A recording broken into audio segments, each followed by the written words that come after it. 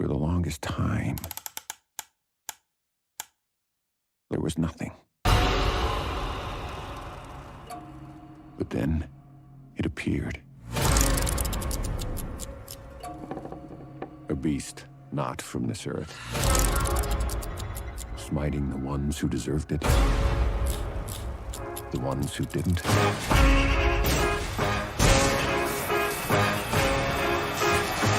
And everyone in between.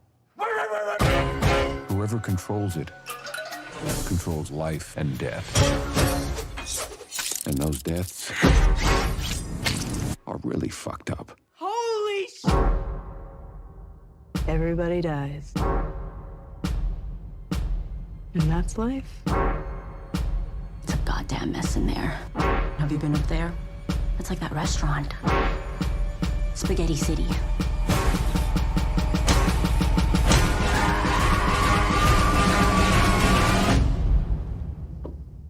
Everything okay up there? Yeah, everything's fine.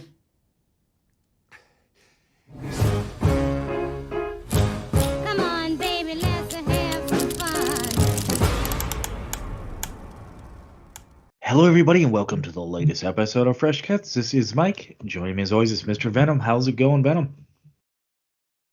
Greetings and salutations, haunted toy collectors. Now, what's funny is I've been collecting toys and reselling toys for about 10 years, and I've never gotten a haunted toy. Now, granted, it's not like I'm collecting 100-year-old Victorian porcelain dolls or, creepy clown dolls from the turn of the century or anything, but you got to figure, I'm collecting a lot of stuff from the 80s and 90s. Something's got to be cursed from the 80s and 90s, right? So, I don't know. I guess the long and the short of it is I'm looking forward to getting my first haunted toy. So how the hell are you doing, Mike? Yeah, I mean, the fact that you bring that up, looking back on it, and of course it's just on the fly, like I haven't thought about it until what you just said, but other than when I was literally collecting horror memorabilia, I don't have much memory of having any unintentionally creepy toys that could be thought of as haunted. I was watching horrors at such a young age that I always had literal horror stuff around, but I wouldn't count that. It would be more that creepy doll that is just not supposed to be creepy, but it just looks creepy. But I had some friends that had some of that vintage stuff that just had that natural creepy appeal to it, but I can't think of anything that comes to mind for me. But the other thing you, for Dom? me is probably the other thing for me is probably that 100% of the toys that I collect and resell are still in packages, so they've never been opened and actually played with, so maybe no demonic forces get the chance to attach themselves if it's still in the box. I'm going to go with that logic. I like it. True. Okay, also with us, it's Don and Ellie. How you doing, and do you have any cursed toys? Yeah, what's going on? Always happy to be here. I don't know if anything offhands. I mean, there's a few times where when I was a kid, I remember I'd have some Jurassic Park figurines laid out on my bookshelf that would cast creepy shadows during thunderstorms or something. But that's kind of the closest I can think of. Not just storing them on the end of your bookshelf or your TV stand or something, and you'd get a weird shadow when the thunderstorm would roll by. But yeah, that's kind of the closest I can think of, because I mean, I don't really have a ton of figures. I really only literally have 2 or 3 different figures, and they're both, they're all Godzilla figures, but that's kind of the only real thing that I have out right now. So as a kid, I never really had much experience with it. As an adult, I don't have toys around anyway, so it's not really much of an issue. Maybe someday you'll pick up a original Godzilla figure from 1958 that has the spirit of a little boy attached to it or something. The first Godzilla spirit is the 62 Aurora figures. Oh, well, all right. 62 then. Never know. I know that just because I've looked into it, but that's and neither here nor there. All right. Well, speaking of cursed items, we are talking the monkey this week, or for this episode. And it's the latest Osgood Perkins movie. It's what we were pretty sure we were going to cover. There was no reason not to. Based on a Stephen King short story. And the synopsis goes as follows. When twin brothers Bill and Hal find their father's old monkey toy in the attic, a series of gruesome deaths start. The siblings decide to throw the toy away and move on with their lives, growing apart over the years. Okay. Let's start with you, Venom, for general thoughts. And by chance, did you ever read the short story that this is based off on? Yes, I actually did own Skeleton Crew. This story is from Skeleton Crew. They changed the ending pretty drastically for this film. I won't talk about the ending of either the film or the book quite yet, but a little bit later on, I'll talk a little bit about the differences between the endings. But I will say that I prefer the movie ending over the book ending. And I think that's kind of common when it comes to Stephen King adaptations. So a lot of times the movie has better endings than the book. So yeah, we'll talk about that in a little bit. But yes, I have read it and I am a big fan. All right. Well, I guess on to the film then. What are your general thoughts on the monkey? All right. I mean, I've seen this 3 times now. I literally saw it 3 times this weekend, and I can say that I absolutely love this movie. I had such a great time with it. Now, before I continue with my review, I do have to let people know, if you are a hardcore Osgood Perkins fan, this movie does not really feel like an Oz Perkins movie. Oz has obviously made stuff like The Black Coat's Daughter and Long Legs, considered some of the best horror films of the last 10, 15 years. This one is a departure for Oz. This feels like Oz trying to have fun, basically just trying to make a fun movie. This is like his maximum overdrive, if you will. He just wanted to throw some good kills in there, not much of a story, not much of a narrative, but some great kills, a very high body count, and, a fairly creepy monkey doll. So, yeah, I mean, I will absolutely say this is the most fun I've had at the theater in 2025. This movie also has my favorite final frame of 2025 thus far. I absolutely adore that final shot of the cheerleaders on the bus. I'll leave that like that for now. Obviously, we'll get into it a little bit more. But yeah, man, these kills, my God, some of the variety of kills that we get here are like, death by harpoon gun, death by beehive, death by espresso machine, death by lawnmower. I mean, there are some spectacular kills in here. They may not be necessarily the goriest things you've ever seen, but just the mere fact that there's so many of them and they just keep coming. Like, I don't think we go more than maybe 5-10 minutes. I'd say 10 minutes maybe. I don't think we go more than 10 minutes without a kill in this movie. And then we get a kill scene at the end of the movie. We don't get to see as much of it as we'd like, but it's so goddamn epic. And when it's actually happening on screen, if you're really savvy as to what's actually going on, instantly your eyes light up looking forward to what's about to happen outside. But yeah, I had a great time with this one. We had some really good performances. We actually have 3 actors in this movie playing 2 different characters. Obviously, Theo James playing the older Hal and Bill. We've got Christian Convery, who plays the young Hal and the young Bill. And then later down, we actually have a character, Rowan Campbell, who actually plays Ricky, the fake police officer. He actually also plays a skateboarder that appears earlier in the film. That one obviously not as big a deal because, the skater didn't have any lines, so it's probably not that much of a stretch. But obviously for our main characters, both Bill Hal and young Bill Hal, I think those actors really did a good job of conveying the 2 different personalities, because Hal and Bill obviously are 2 very different people. They get into it in the movie as to why they're very different people, even though they are twins. and that, that childhood relationship just leads them right down into their adult years, and literally the definition of dysfunctional family right here. But like I said, I mean, we get some great guilty pleasure kills. We get, a couple of sad kills, characters that we'd rather not see get dispatched, but obviously it advances the narrative. The score, I absolutely love this score. It's a very spaghetti Western score. Like literally the very first song that plays during the opening credits sounds like something that could have been done by Morricone. It's just great. It is original music though. It's all original music in this one. So I forget, there's two people that are get credits as composers for this one, but I absolutely love that spaghetti Western style score. Now, earlier I said that this movie doesn't, for the majority of it, doesn't feel like an Oz Perkins movie, but there are elements in here, like some of the audio kind of the audio stings, like when the monkey shows up on screen or something like that. That's obviously very Oz Perkins. And there's multiple scenes in this movie where the camera is low, giving us a low angle shot towards the character. Specifically, I can outline the funeral when the camera is at the podium filming potentially the worst priest I've ever seen in my life, though still funny.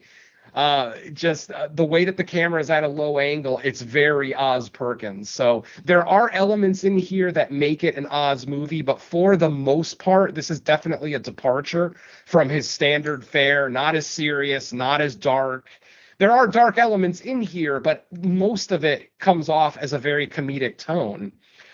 Another thing that I'm noticing is that, man, the reviews for this movie are all over the place. I have literally read reviews all over the spectrum. I've read reviews that say this movie is an absolute dumpster fire, that there's nothing enjoyable about it whatsoever, that it's long and dull and boring, which I don't know what movie those people watched, but that's the review. And then I've read reviews where people are giving this a 5 out of 5 and saying that it's, the best horror movie they've seen in 2025, blah, blah, blah. So it's like, yeah, man, the reviews are all over the place for this one. So I'm definitely interested to see where kind of the scoring for this one goes in the coming weeks. It is currently the #1 movie in America. Obviously, it didn't really have to open up against anything, though the new Captain America movie did just open last week, and the monkey beat it in its second week of release. So that's pretty huge that this, new horror IP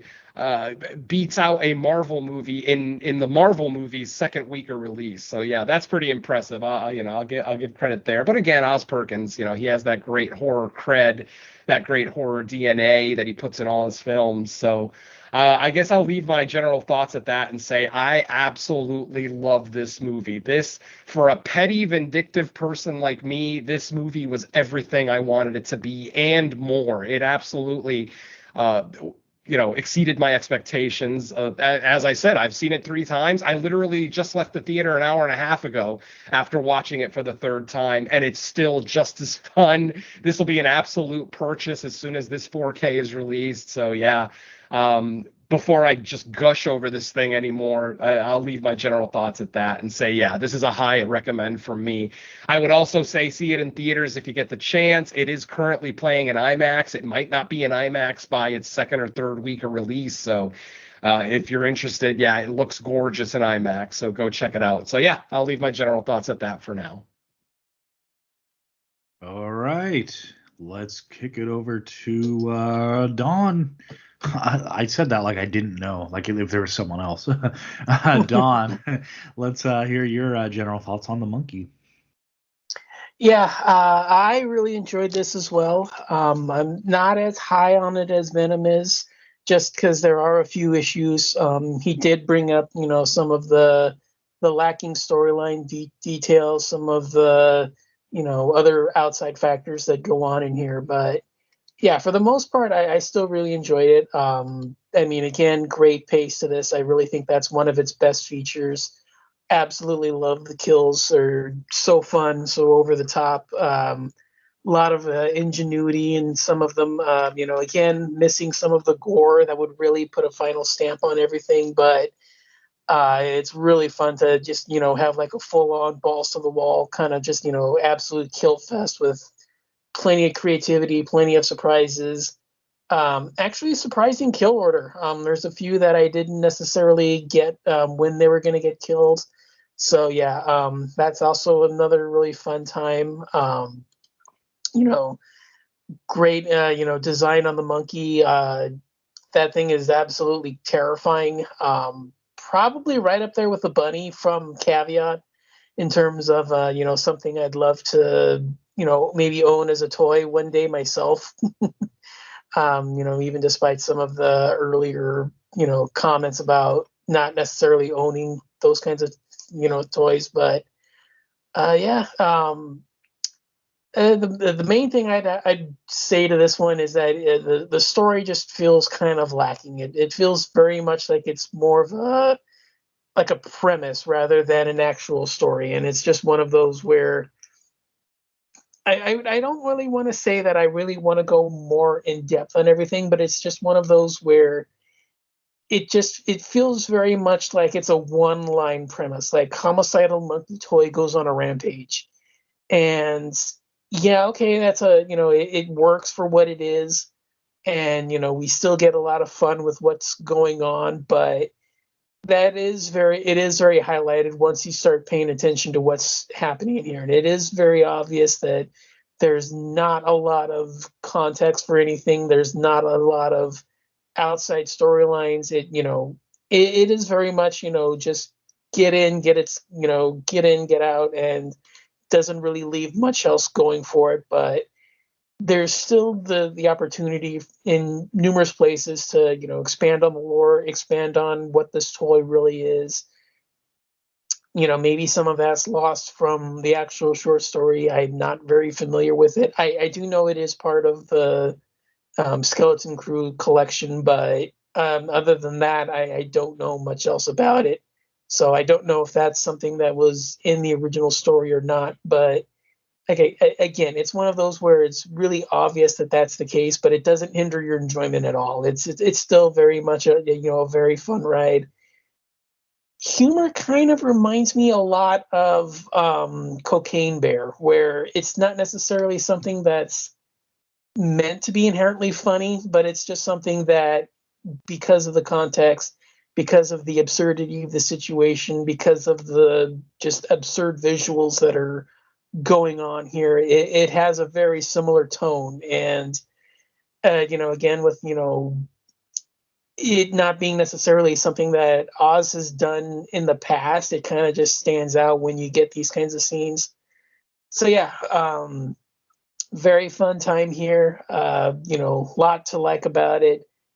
Not necessarily the strongest story. I mean, it's not going to be, best screenplay of the year by any stretch, but if it's not something that you're all that, taken aback by, if it's something that you're definitely, more in tune with, okay, let's just get a, crazy premise. Let's just get a, bunch of kills in place and let's just go from there.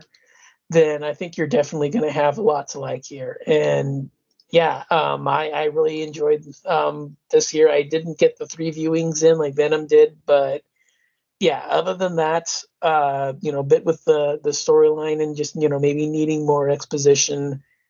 Yeah, there's not much I can say to hold us back. Fun time, definitely on the upper portion of my list for the year. Still missing a few other, VOD titles at the moment, but yeah, definitely a very strong recommend and one that I'm really looking forward to. So other than maybe spoiling a few things, I guess I'll leave it at that and back to you. All right. The Monkey. I had a blast with this movie pretty much from start to finish. Crazy over the top kills. So if for people have listened to the show long enough knows that I'm still the one. Well, I don't know with Dawn, but I know Venom, you don't watch trailers. I do watch trailers. The movie to me delivered exactly what the trailer was selling. Now, I do have a Skeleton Crew, or I know I did at one point, the collection of short stories. I don't. I mean, I know I have to have read this story because I read the whole Skeleton Crew. I just don't remember. I had that book when I was like very very young, so I must have just forgot like the specific story or just the details. But the trailer pretty much like told me what type of movie we were getting, and it delivered on exactly that. I agree that if big fans of Osgood Perkins, fans, or if they go into this movie knowing nothing about it besides it's Osgood Perkins directing a Stephen King story, yeah, they might be thrown off a little. But to me, I don't. That doesn't bother me because I don't feel any director should be boxed in to a certain style anyway. If they want to go outside of their comfort zone and they make something good, so be it. And to me, that's what he did here, and it was a success. And he still like when I kind of thought about it after the fact, when I got home from the theater, he still kind of does throw like a little bit of Osgood Perkins ness in it with the story because I guess I shouldn't spoil anything now since we're not getting into the details of the plot or the story. But because I was gonna ask Venom, like, does that actually match the actual short story, or was that Perkins kind of taking liberty to make it kind of like a Perkinsy like subtext going on? I don't really have much issues with this. I feel that it's at an hour and 38 minutes, it's pretty fast paced. Once it gets going, it doesn't really let up. The one critique, if there is any critique, and Don kind of touched on it a little, but maybe I'll piggyback off that, is I did hear from like someone, they said like the movie is very light on story until the third act when they try to, or they kind of throw in like all the story in the third act in a way. I could see that where like the pace maybe slows down a little bit because they have exposition and you kind of have to get like your character motivations. It's kind of like okay, we know what the characters are doing. Here's the how, why, and what. It kind of gets thrown into the third act, but it didn't really bother me. I was fine with it because I was curious. I wanted to know why, and we get our answers. And overall, this is what I call like kind of like the low calorie fun. You're just gonna if you want crazy over the top kills, and like a cursed item, it delivers. It delivers exactly what it advertises. For me, so I was very pleased with it. I wouldn't mind getting out of the theater to see it another time, to be honest, just because it was that fun.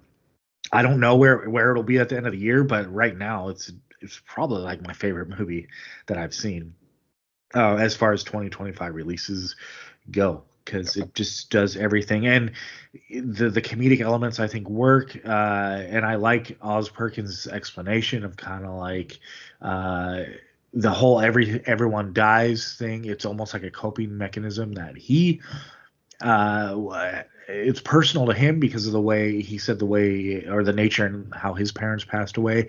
And he said like at some point when you kind of like resign to the fact that everyone dies, sometimes the best way to approach it is with a smile. So that's kind of like why he wanted to adapt this and kind of did it in the way he did.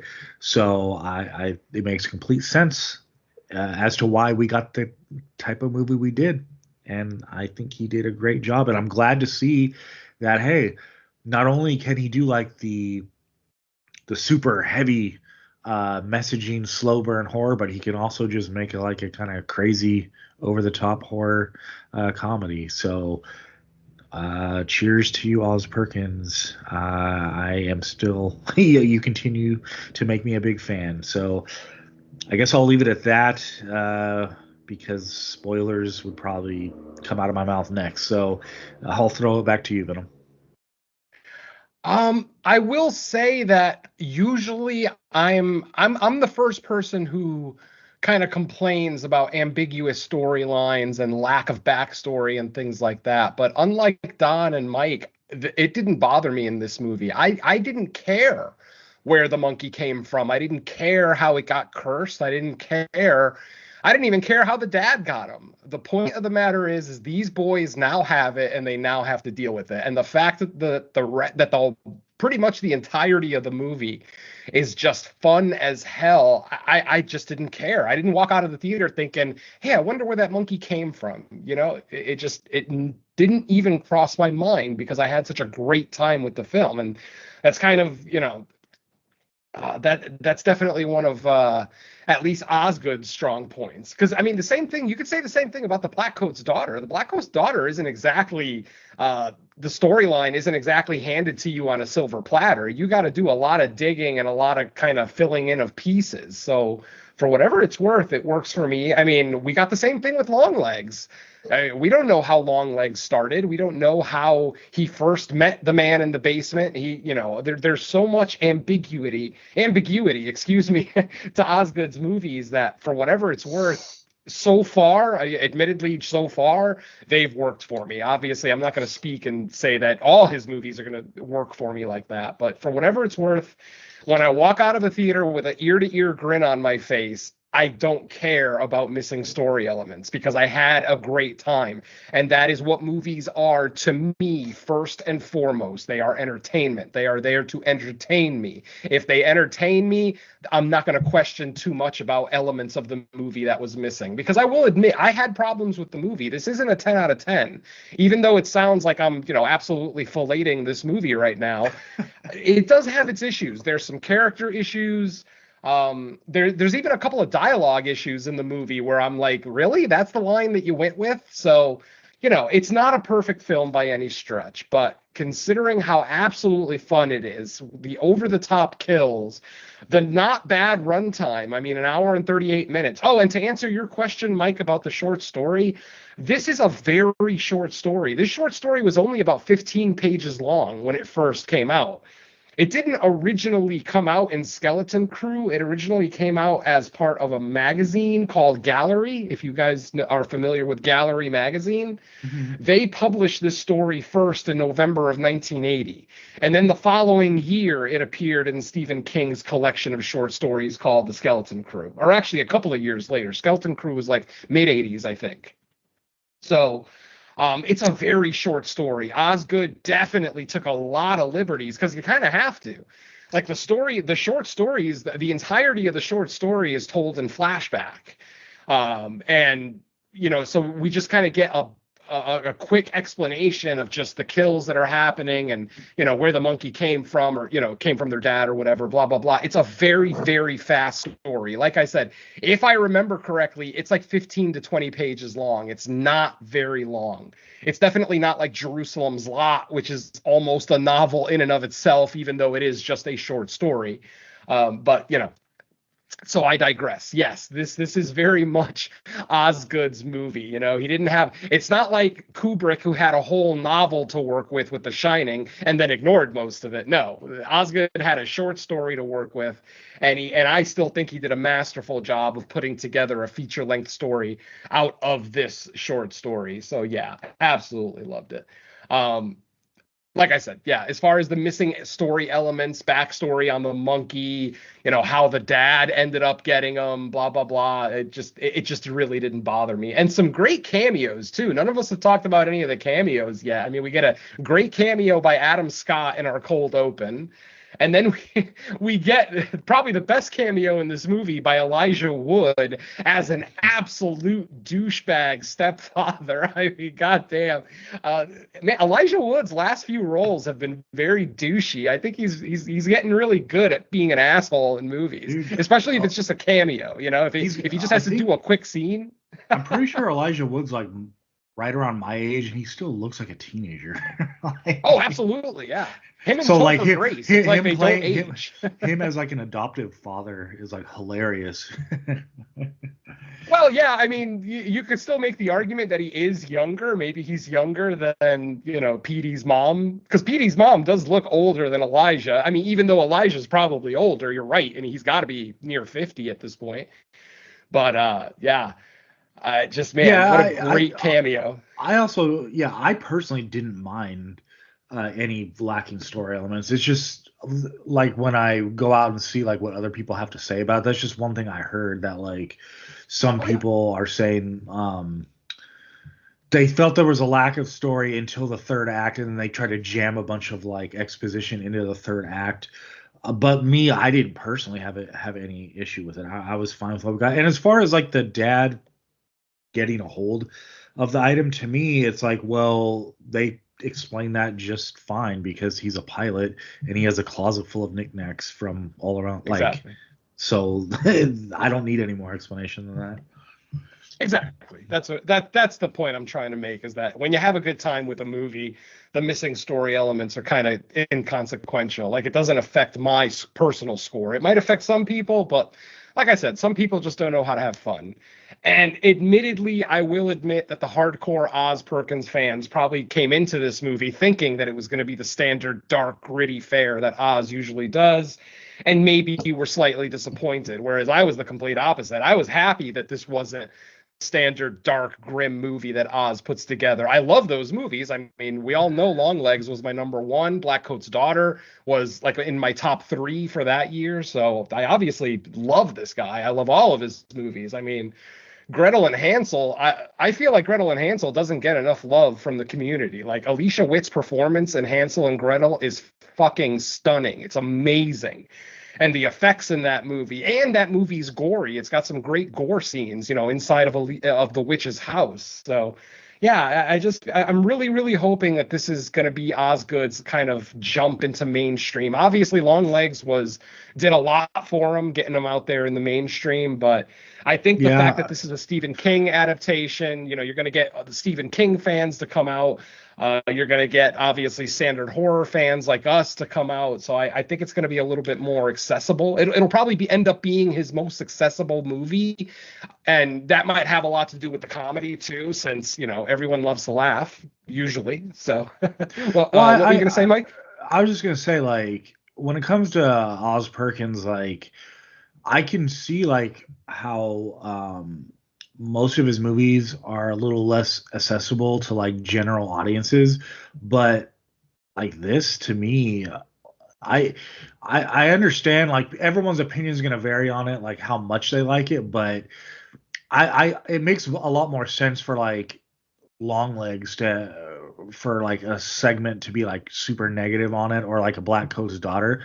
But for this, even if you don't think it's 10 out of 10, like, the few people I saying that it's bad, I'm like, are you kidding me? Like, how is this a bad movie? It might not be your preferred style or like subgenre of horror, but like, you didn't think the movie was like a fun time and like gore. I was like, because to me, this was almost like the movie for people that wouldn't usually like Osgood Perkins. They would like come to this one and be like, oh, so he's branching out and doing something different, something that I do like more than like kind of like the slow burn, ambiguous, we got to figure out exactly what's going on. To me, this was pretty on the level. Like, if you can believe in a world where cursed objects exist, then why do you even need like super like a whole bunch of more story to go with it? Because you've already kind of like bought into the fact that a cursed toy can cause death. So then like, what, you should already accept everything else that goes with it, I guess, is what I'm trying to say. Absolutely. Yeah, no, definitely. Another complaint that I heard, but I only heard this from one particular YouTuber, but this is a YouTuber that I almost always agree with. Like, this person's reviews, I'm always a big fan of. I always agree with almost everything they say. And this is the first time that I vehemently disagree with this reviewer. This reviewer did not like this movie. And the first thing that they kind of pointed to was the fact that the tone was inconsistent in their eyes. And I'm like, what the fuck are you talking about? The tone was inconsistent. Their argument in the review was that they couldn't tell if this was supposed to be a comedy, a straight horror film. And I'm thinking to myself, wait a minute, what fucking movie did you watch? How did you watch that first kill? The first kill of the movie happens like literally 2 minutes into the movie. How did you watch that first kill and not realize that this is a comedy? I mean, that first kill is fucking right out of Itchy and Scratchy. How many times have we seen Itchy pull out Scratchy's intestines on The Simpsons? So literally from the first scene, I understand the tone of this movie. This is definitely not going to be a serious look at this monkey or this family's, journey with this monkey. This is going to be somewhat comedic. And as it turned out, without being too heavy-handed on the comedy, I laughed a lot in this movie. And I actually loved Osgood's character. Did you guys notice that Oz is in here as Uncle Chip? I fucking love that he's in here as Uncle Chip. I thought he did pretty well, too. I thought it was awesome. Like, I didn't even recognize him at first. It was the second time that he showed up on screen when he was talking with Hal on the stairs. Like, at the funeral, I saw him, and I'm like, that guy looks familiar, but I can't place it. And then the very next scene when he's talking to Hal on the stairs, I'm like, God damn it, that's Oz. I'm so happy. But yeah, like I said, and that character's demise is one of my favorite demises in this movie. 2 words, my friends: cherry pie. Oh, God damn, that was so good. I'm sorry, folks. Like I said, any scene from this movie that I think of makes me laugh. The girl diving in the pool, God damn it, I lost it in the theater. And that's another thing too. I gotta say that all 3 of my trips to the theater to see this have been really fun. I've watched it with really good crowds that are laughing, that understand that this is a comedy, and are having fun with the over-the-top kills, blah blah blah. I'm so happy I got to see this in the theater multiple times and with a good audience all 3 times. So yeah, great.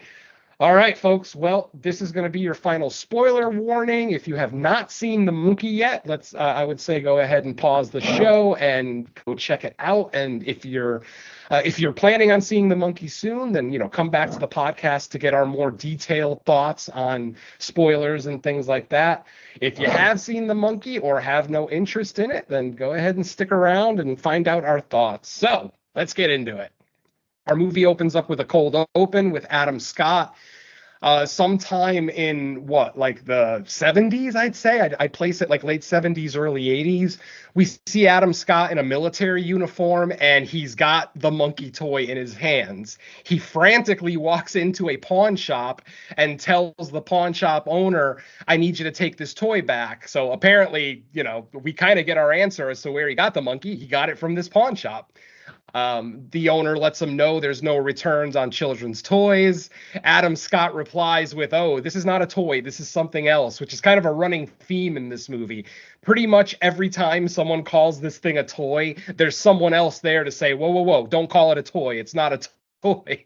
So I kind of like that kind of consistency. Basically, Adam Scott explains to the owner, I need you to take this back. I just want it off my hands. The owner is like, we don't take toys back. And he also points out that it's broken because one of the monkey's arms is stuck in the up position. Adam Scott lets him know, you do not want that arm to come down, because if that arm comes down and hits the drum, we are all fucked to hell, which I found incredibly funny. Suddenly, out of nowhere, the monkey starts playing. By the way, nice audio quality on the monkey. Like for a toy that's got to be at least 30, 40 years old, it still has some nice audio quality to it, the song that's playing. So rock on. Like I said, it starts to play. It starts to play, its little song, and then it stops. And Adam and the store owner are both quiet. They're both kind of looking around, waiting for something to happen. Eventually, the owner goes, well, I don't know about you, but I don't feel particularly fucked to hell right now. And then literally, as soon as he says that, we see a rat walk across one of the shelves in the store, find a rope, and starts chewing on the rope. The rope breaks, which knocks something off the wall, which then hits a suit of armor that's holding, well, not a suit of armor, a diving suit. It hits a diving suit that's holding a spear gun in its hand. Of course, the spear gun goes off, impales the store owner right in his center, right in the middle of the belly. And then the monkey hits hits the drum one single time, and the spear gun retracts. It pulls the spear back to the gun, disemboweling the store owner. Like I said, if you watch this scene and you don't see Itchy and Scratchy instantly, I feel bad for you, because it's instantly a tell that this is a goddamn dark comedy. This is not going to be a serious horror film with dark tones and everything else. So, like within 5 minutes of the start, I'm already ready to have a good time. I got the tone down. Now I'm ready to go on my ride. After the store owner is disemboweled, Adam Scott looks over and sees a flamethrower for sale. He grabs the flamethrower and he melts the monkey. We see him hit the monkey with the flame, melting the face off of the monkey. And that's the end of our cold open. We are then transported to the home of Adam Scott's family, which is his two sons, Hal and Bill, and his wife, Lois, played beautifully by Tatiana Maslany, by the way. Great job. I don't know, did you guys notice that Tatiana is actually going to be in his next movie, too, in Keeper? So I'm kind of excited about that. I actually am a fan of Tatiana from her TV work, so I'm looking forward to that. Anyway, she kind of explains to the boys that, your dad just kind of disappeared one day. He was a pilot. He flew to Paris one day and then just never came home. And which is kind of it's a funny running theme in this town, because all these people in this town keep getting taken out by the monkey, but all of the significant others think that the person has left them, not that they're dead. And I'm thinking, especially with the cop, I'm thinking, wait a minute, you think that your husband, the cop, just ran off with somebody on you? That doesn't seem very cop-like. So, it's just kind of funny how this town is so blinded by what's going on here that it's just, oh, they're not dead. They just left us. They left for some reason. So, yeah, whatever. What are you going to do? So, at this point, Tatiana, or Lois, the mom, lets them know that, their dad has brought back nothing but like cuckoo clocks and bonsai trees and different knickknacks and things that he brought back as gifts that are now all sitting in the closet, and that they're all going to go to the boys. Now, I forgot to speak a little bit about the dynamic of the boys. Hal and Bill are, of course, twins, but Bill is the older twin by 3 minutes, and he's also the bigger of the two. He's slightly taller, slightly thicker. And they explain that as saying that since Bill, that in the womb, Bill ate most of his mother's placenta, leaving very little for Hal, which is why Hal is kind of a, skinny little scrawny kid. Anyway.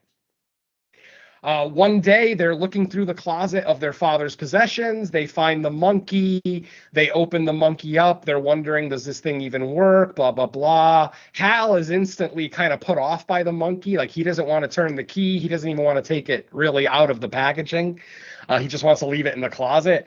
Obviously, Bill, being the older, douchey brother, of course, wants to see it, wants to turn the key. He ends up turning the key. But then nothing happens. Like the arm that's raised, I believe it's the right arm of the monkey. Basically, the drumstick in the monkey's hand will start to spin, but he doesn't actually play a song on this particular instance. So Bill obviously thinks that it's broken. He gives it back to Hal. Hal puts it back in its container, seals it back up, and puts it back in the closet. So that should be the end of it for now, right? But no, that evening, Bill and Hal's mom has a blind date, so she has a babysitter come. By the way, did anybody notice the name of the babysitter? Annie Wilkes. Yes, the babysitter's name was Annie Wilkes. Yeah, that was pretty on the nose, but... Oh, and there's a bunch, too. That's not the only Stephen King reference in this movie. This movie has a few of them. You don't notice them. Some of them you notice right away, but others kind of take a few viewings to actually see. Like, there's actually a Shining reference in here that I didn't notice the first 2 times I watched the film, but we'll go over that here in a little bit. Okay, so... that night, Annie, the babysitter, comes to pick up Hal and Bill to take them to a teppanyaki restaurant, those Benihana style restaurants with Asian food, and the stove, or, the flat top is right there at the table where you sit. That's called teppanyaki for anybody who didn't know. Basically, they're there with Annie. Mom is on her blind date.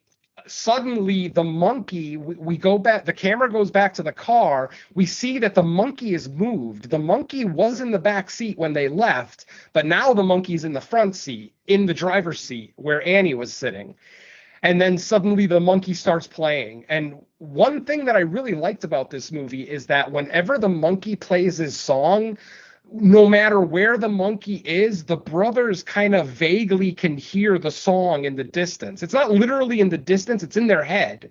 But the point is that this monkey is attached to their family. So every time it plays its song, no matter how far away the boys are, they kind of vaguely hear the monkey song playing.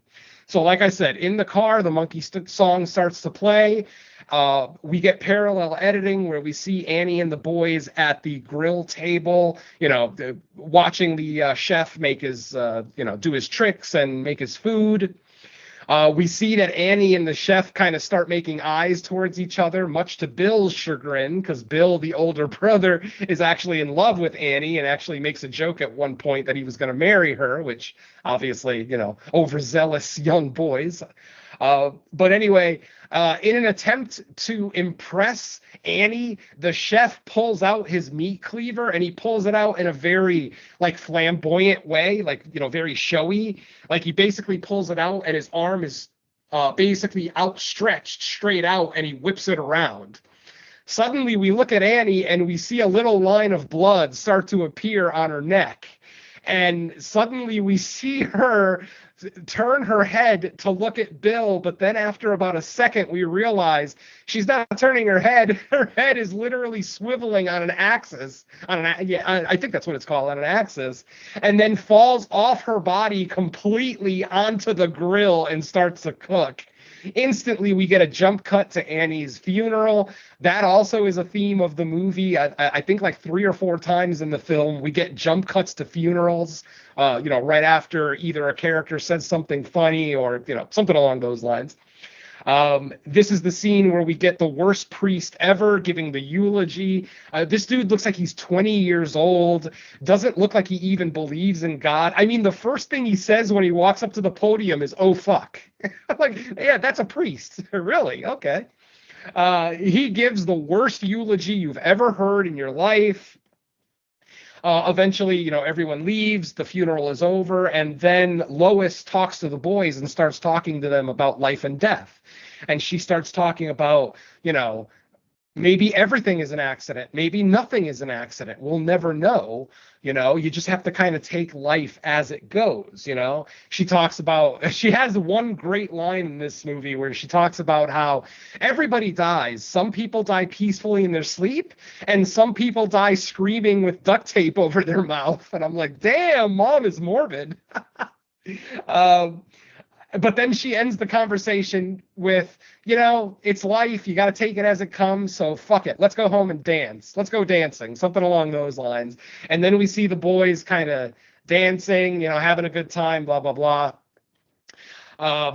Then it's the next day. And this is where we find out that through Bill kind of bullying his brother at home, that bullying is kind of carried over to school. So all of Bill's friends also bully Hal, which it started to bother me a little bit. Thankfully, it's only a couple of minutes of this kind of stuff, because I don't know if you guys know, if you've listened to me for a long time, I fucking hate bullying in horror movies. It's so fucking frustrating. I just want to leap through I want to leap through the television and just slit the throat of the bully. It's frustrating for me. It's hard to really watch bullying and enjoy it for, it's good filmmaking. But like I said, it's only a couple of minutes long, so it's fine. The first bit of bullying is that Bill basically makes Hal say stupid shit like, I want to be Mrs. Monkey, I want to marry the monkey, I want to suck the monkey's banana. He's basically forcing his younger brother to say these things under the guise of, I'll let you have the monkey, because since he's 3 minutes older, he claims that everything there is his, that none of it is Bill's that none of it is Hal's because he's the older brother, but he lets Bill have the monkey after basically humiliating him for a little bit. The next day at school, a bunch of girls literally pants him. We don't see the pantsing. We see the confrontation before the pantsing, and then we see Hal go home with no pants on, basically. And I'm like, damn, a bunch of girls did that to him. Holy fuck, that's a fucked up school they go to. Then the next day, again, more bullying. This time, Bill and those bully girls all buy a couple of crates of bananas. And we see them walking towards Hal in slow motion. And then we get a jump cut to Hal walking into his house. And he's covered with just mashed banana. It looks like basically they just attacked him with bananas. He kind of snaps at his mother when she tells him that she's making a cake, which instantly lets her know that obviously he had kind of a bad day. At this point, he's starting to put two and two together. He's starting to realize that maybe the monkey was responsible for Annie's death, Annie the babysitter. So he decides to test the theory and basically asks the monkey to kill his brother. Basically says, the asshole that lives in this room with me, he treats me like shit. He doesn't treat me like a brother. I want him dead. So, I mean, pretty hardcore for like a 12-year-old kid. But yeah. He basically requests that the monkey kill his brother, and then he turns the key. Unfortunately, this is where we find out our little monkey doesn't take requests. He kills who he wants to kill when he wants to kill them. Sometimes even turning the key is almost not even necessary. Like, there's scenes in this movie where the key isn't turned, but the monkey still decides to start playing the drums. So, obviously a very possessed monkey toy.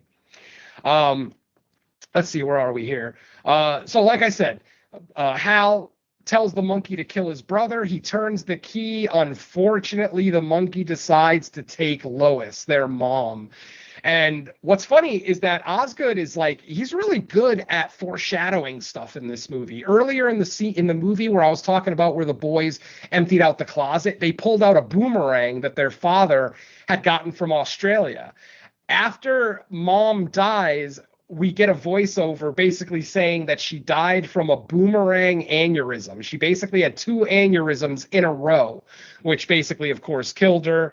In the scene where she dies, we see blood coming out of her ears and her eyes, and she falls over. She hits her head on the counter, and then another jump cut right to her funeral. Her funeral happens. I'll kind of brush through this. After the funeral, Hal and Bill have to stay with their aunt and uncle, their Uncle Chip and their Aunt Ida. They are moved to Maine because, of course, it's a Stephen King story. At some point, we had to go to Maine. So there we go. So Hal and Bill are now being moved to Maine to live with with Uncle Chip and Aunt Ida. While they're there, the older brother Bill asks his brother, do you think the monkey had anything to do with Annie the babysitter's death? And Hal obviously is like, I don't know. And then Bill's like, do you think mom turned the key on the monkey? They're basically trying to figure out, if you physically turn the key yourself, are you safe? Or is it possible that the monkey will decide to just take you out as well? They're not sure. So Bill's idea is to test out the theory. He says, let's turn the key on purpose and see if anybody near us dies. And obviously, Hal doesn't want to do it because Hal has a fucking conscience. He obviously doesn't want to do it, but Bill, being the older brother, obviously what he says goes. So they end up turning the key, and then we get a jump cut to Uncle Chip's funeral. And the way that Uncle Chip died, holy shit. Basically, he died on a hunting trip. Overnight on the hunting trip, while he was in his sleeping bag, he was trampled by 67 wild horses.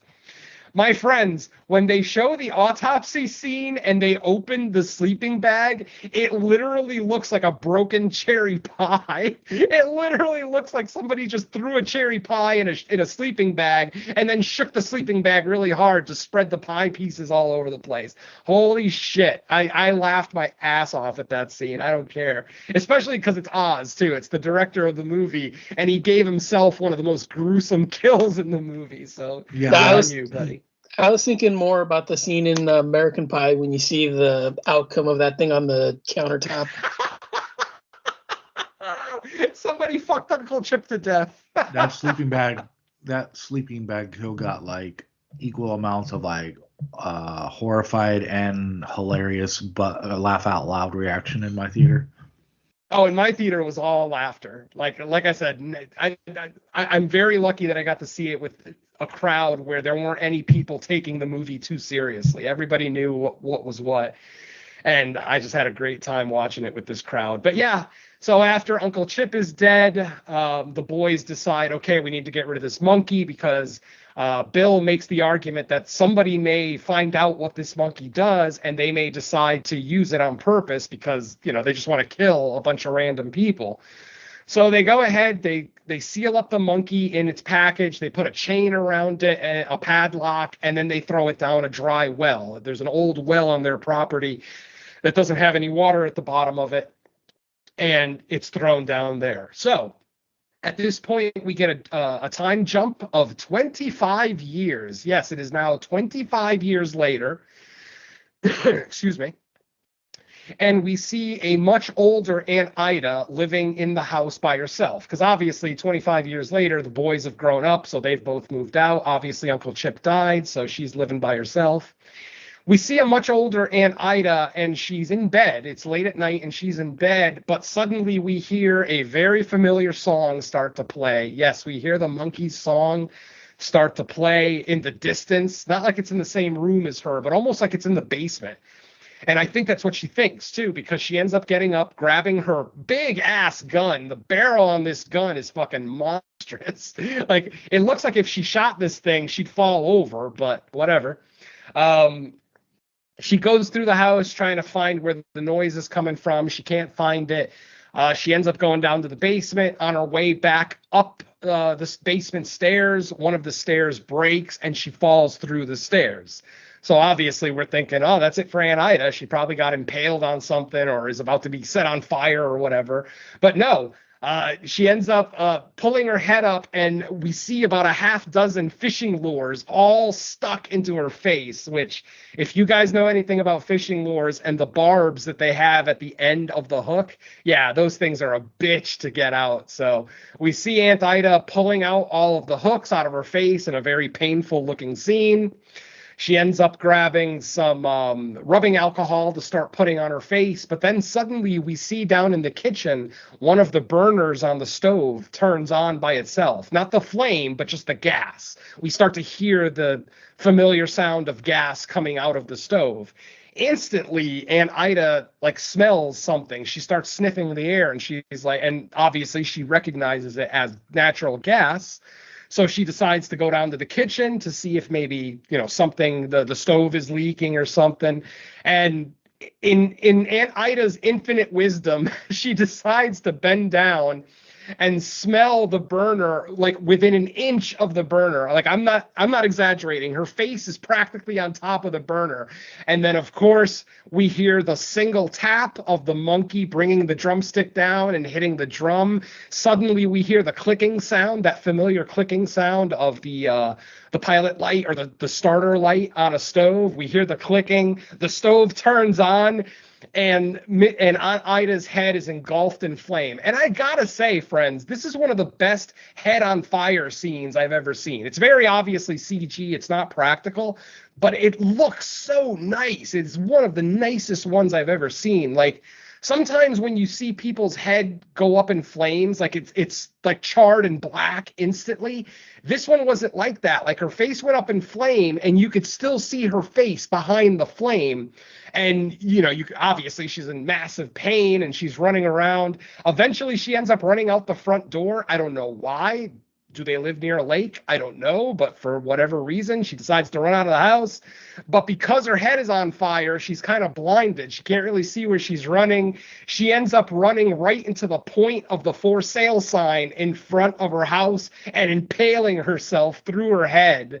And another scene, another kill that kind of made the audience just laugh, because what's funny is that the instant that she gets impaled on the post, the audio drops out, like the score completely drops out, and you could just hear everybody in the audience just start laughing. It totally worked for me. Now, at this point, we're introduced to adult Hal. He's now working at a supermarket. He looks like he's in good shape. He's taking care of himself.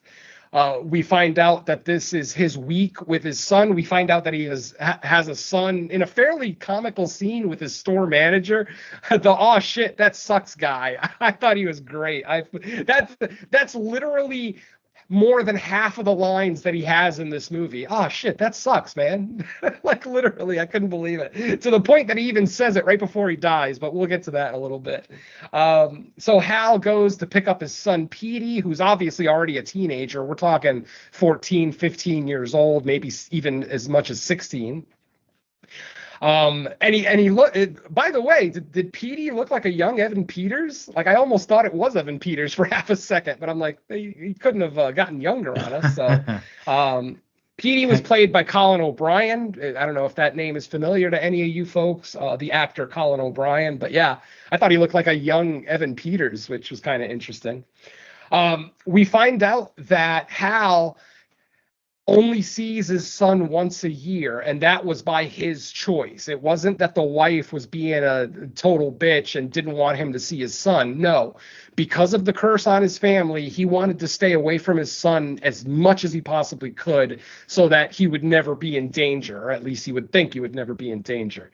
Because of this, there's a lot of animosity between the kid Petey, and then the new stepdad, who, as I mentioned earlier, is played by Elijah Wood, and what is a fairly brilliant douchebag performance, because literally he talks about how he has taken Hal's parental power away from him, and that now he's going to adopt Petey.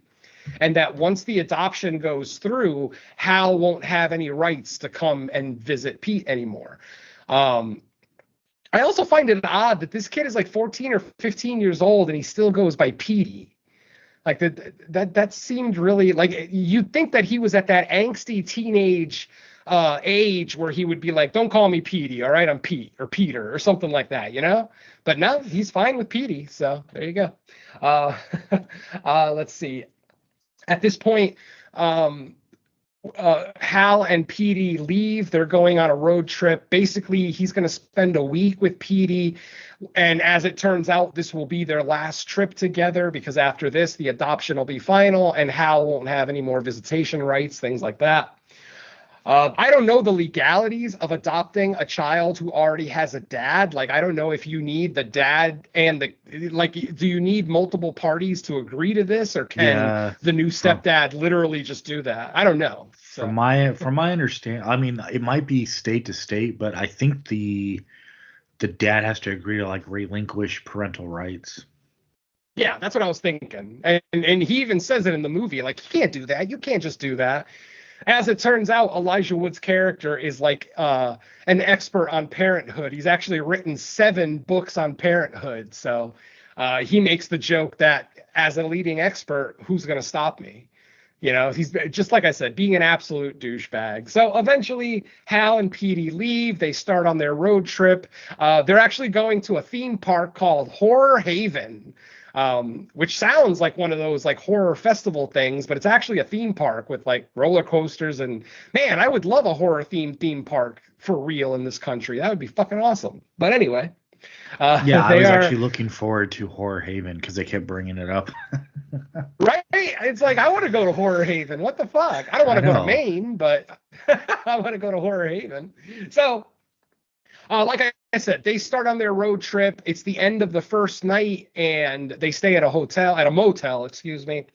While at the motel that evening, Petey asks his father about any siblings, because Petey's putting together a family tree. Hal lies to him and says, "No, I don't have any siblings," blah, blah, blah. Obviously, he doesn't really want to bring up Bill or, get Bill involved with his family, so he kind of glosses over that. That evening, he ends up getting a phone call from an unknown caller. He answers the call, and it's his older brother, Bill. And basically, Bill informs Hal that Aunt Ida is dead. Hal thinks that she died of natural causes because she's got to be in her 70s by now. But as it turns out, the police officer told Bill that it was strange circumstances around her death. So Bill basically says, "I think the monkey is back. People are dying. Aunt Ida is dead, and they never actually talk to each other about being able to hear the song when it plays, but throughout the film, we see that both brothers can kind of hear the song in their head whenever the monkey plays it. But basically, Bill says, I need you to go to Aunt Ida's house and get the monkey, because if someone else gets it and doesn't know what it is, they're just going to start killing innocent people left and right. Obviously, Hal doesn't want to go because he's on his final road trip with his son. Literally, this is the last week he's ever going to spend with his son, and he doesn't want to go, but Bill kind of forces him, basically, bullies him again. Like, bullying as children is infuriating. Bullying as adults is just fucking stupid. Like, I can't fathom an adult being bullied. I understand that there's size differences and, different things like that, different variables like that. But I just, there's no person big enough on this planet to bully me. I don't give a shit. They might kick my ass, but you're not going to bully me. Go fuck yourself. So anyway, older Bill is still being a douchebag to his younger brother, tells him basically, you have to go get the monkey, and then hangs up on him, literally just hangs up on him, not giving Hal much of an option. While Hal is outside of the motel, we get the pool scene. And this scene is in the trailer, so anybody who's seen the trailer, you should be fairly familiar with this. We see a beautiful woman in the middle of the night go out to the pool. After Hal hangs up on his brother, or vice versa, an air conditioner unit falls from the roof of the motel. It falls into a puddle that's right next to the pool, which electrifies the water in the pool. Now, when the girl dives into the pool, obviously Hal is too late to stop her. He tries to stop her and says, whoa, whoa, whoa, don't dive in there. But it's too late. She's already in midair. And literally the instant that her body touches the pool water, her fucking body explodes into just a fucking cloud of blood. It's like literally for a couple of seconds, it was raining blood after that. Fucking Slayer. Hell yeah. Another crowd-pleasing kill. Yep. Oh, of course, big time. Body parts go flying. One of her legs goes flying at Hal. He freaks out a little bit and throws it to the ground. Him and Hal and Petey leave the motel. Obviously, Petey doesn't want to leave. He doesn't understand why we got to leave at 2 a.m. But Hal kind of yells at him and says, we got to fucking leave. We got to make like eggs and scramble, which is a line from Lois, which I found kind of funny. When they get to the next motel, they literally just leave that motel and go to another one. By the way, Hal left the scene of a crime, so I don't know how legal that really is, but whatever. Even though it was an accidental thing, maybe a crime is a stretch. It was an accidental death, but the point is, Hal being a witness, he should not legally be able to leave. So that's why him and Petey just kind of booked it out of there. He didn't want to have to deal with questions and everything else. When they get to the second motel, he apologizes to Petey for yelling at him and just lets him know that, dude, my life is a mess. This is why I don't really spend a lot of time with you, because, bad things follow me around everywhere I go. Petey still doesn't really understand. He's still kind of mad at his dad for, always being away, blah, blah, blah. When they get to the next motel, nothing happens that night. When they get to the second motel, they sleep. Everything is fine. The next morning, Petey's missing for like a quick second, but then he shows up with a brochure for skydiving lessons. And this is another one of Osgood's kind of foreshadowing of future deaths. Petey talks about how this skydiving class or facility also does weddings, so keep that in the back of your head. They end up leaving. They end up going to Aunt Ida's house. Obviously they had an estate sale. Oh, I forgot to mention, that's right, before Hal got into town, they had an estate sale at Aunt Ida's house, and yes, the monkey was there. It was one of the items that was bought. We see Ricky, a kind of a long-haired heavy metal loser, see the doll. He looks at it, and it instantly reminds him of his father. He actually gets like a quick flashback scene of his father. And because the monkey reminds him of his father, at least that's what we think right now, he buys the monkey and he takes it home. He ends up having a conversation with his mother, and this is where we get yet another spouse who thinks her man left her for another woman, but obviously we're starting to get more and more savvy as the movie goes along. We're starting to make the realization that these people are not leaving. They're fucking dying. They're dying in the most fucked up ways, so they're not leaving a corpse, you know? So, yeah, it's kind of interesting. Eventually, he says that he's going to sell the monkey to some guy, some hermit who never leaves his house. The mom, you know, doesn't trust the guy. As it turns out, it's Bill. It's older Bill. Bill has actually never left the town. He is still here in the town in Maine where Chip and Ida died. But, you know, we're not 100% sure why he's still there. Later on in the film, he ends up going to Ida's house. He ends up meeting a real estate agent there who's going to give him the keys and, you know, kind of walk him through the house before they go to sell the house, blah, blah, blah. While they're in there, they find a closet that's locked. The real estate agent says, I don't have a memory of locking this door. So she starts pulling out all her keys. This is another scene that's in the trailer, so you've probably seen it. As soon as they successfully unlock the door and open it, there's a shotgun propped in there. As soon as the door opens, the shotgun falls. It's cocked. You hear it get cocked, and then it shoots. And goddamn, it doesn't just blow a hole into the real estate agent. It fucking blew her to smithereens. Like, I don't know how strong that 12-gauge shotgun could have been. Maybe it was an elephant gun for all I know, because her body was decimated. You know, once again, pieces everywhere. Right before the real estate agent dies, she actually conveys some stories to Hal about some mysterious deaths that have been happening in the town since Aunt Ida died. So she actually starts going over this montage of, we see a guy die by lawnmower. Like, literally all we see is his body underneath a lawnmower just getting ground up in the hamburger. We see a man die by espresso machine, excuse me. Literally, the steam thing on the top of the espresso machine breaks off and sprays him in the face with hot steam. By the way, did anybody think that he looked like Victoria from Terrifier 3 after he got sprayed in the face? I thought he did. I thought he looked exactly like Victoria. The eye, the one exposed eye, the no lips. Like, I kind of dug the effect. And then the last part of the montage is a woman who gets bitten by a cobra on a golf course. Mind you, we're in Maine, folks. There ain't no fucking cobras in Maine. But this woman dies by cobra. And the real estate agent makes the joke after Hal asks her, there's no cobras in Maine. And she looks at him and goes, well, there was at least one, the one that killed this woman. So like I said, then the real estate agent is dispatched. At this point, Bill gets a phone call from his brother on Ida's house, letting him know, you know, go to a hotel and wait for my signal. And that's when Hal is like, wait a minute, are you in fucking town? Did you make me come out here when I didn't even have to? And that's when Hal has the idea of looking in the local phone book. So he starts flipping through the local phone book for his brother's name, which is, I think, Shelburne. Shelburne is the family name. So he's looking up William Shelburne or Bill Shelburne, doesn't find him in the phone book. But then he starts flipping through the M's for some reason. As he's looking through it, he finds a listing for Mrs. Monkey.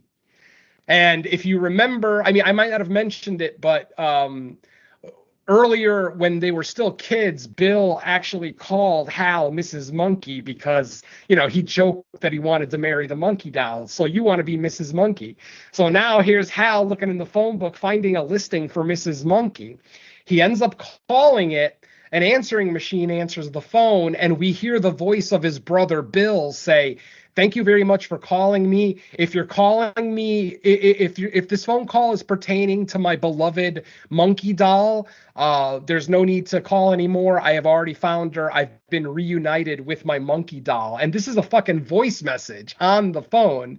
So that's when Hal is like, holy shit. And then he's able to put it all together. It's his fucking brother who physically has the monkey and has been turning the key on the monkey and killing all these people in their hometown. Why is Bill turning the key? Well, we'll find out in a little bit here.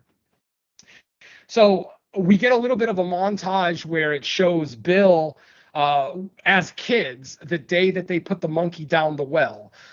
Bill, basically, the voiceover says that he realized the instant that he let go of the moment that he let go of the monkey into the well, he made the realization that their mom's death wasn't an accident and that Hal must have turned the key, which of course is exactly what happened.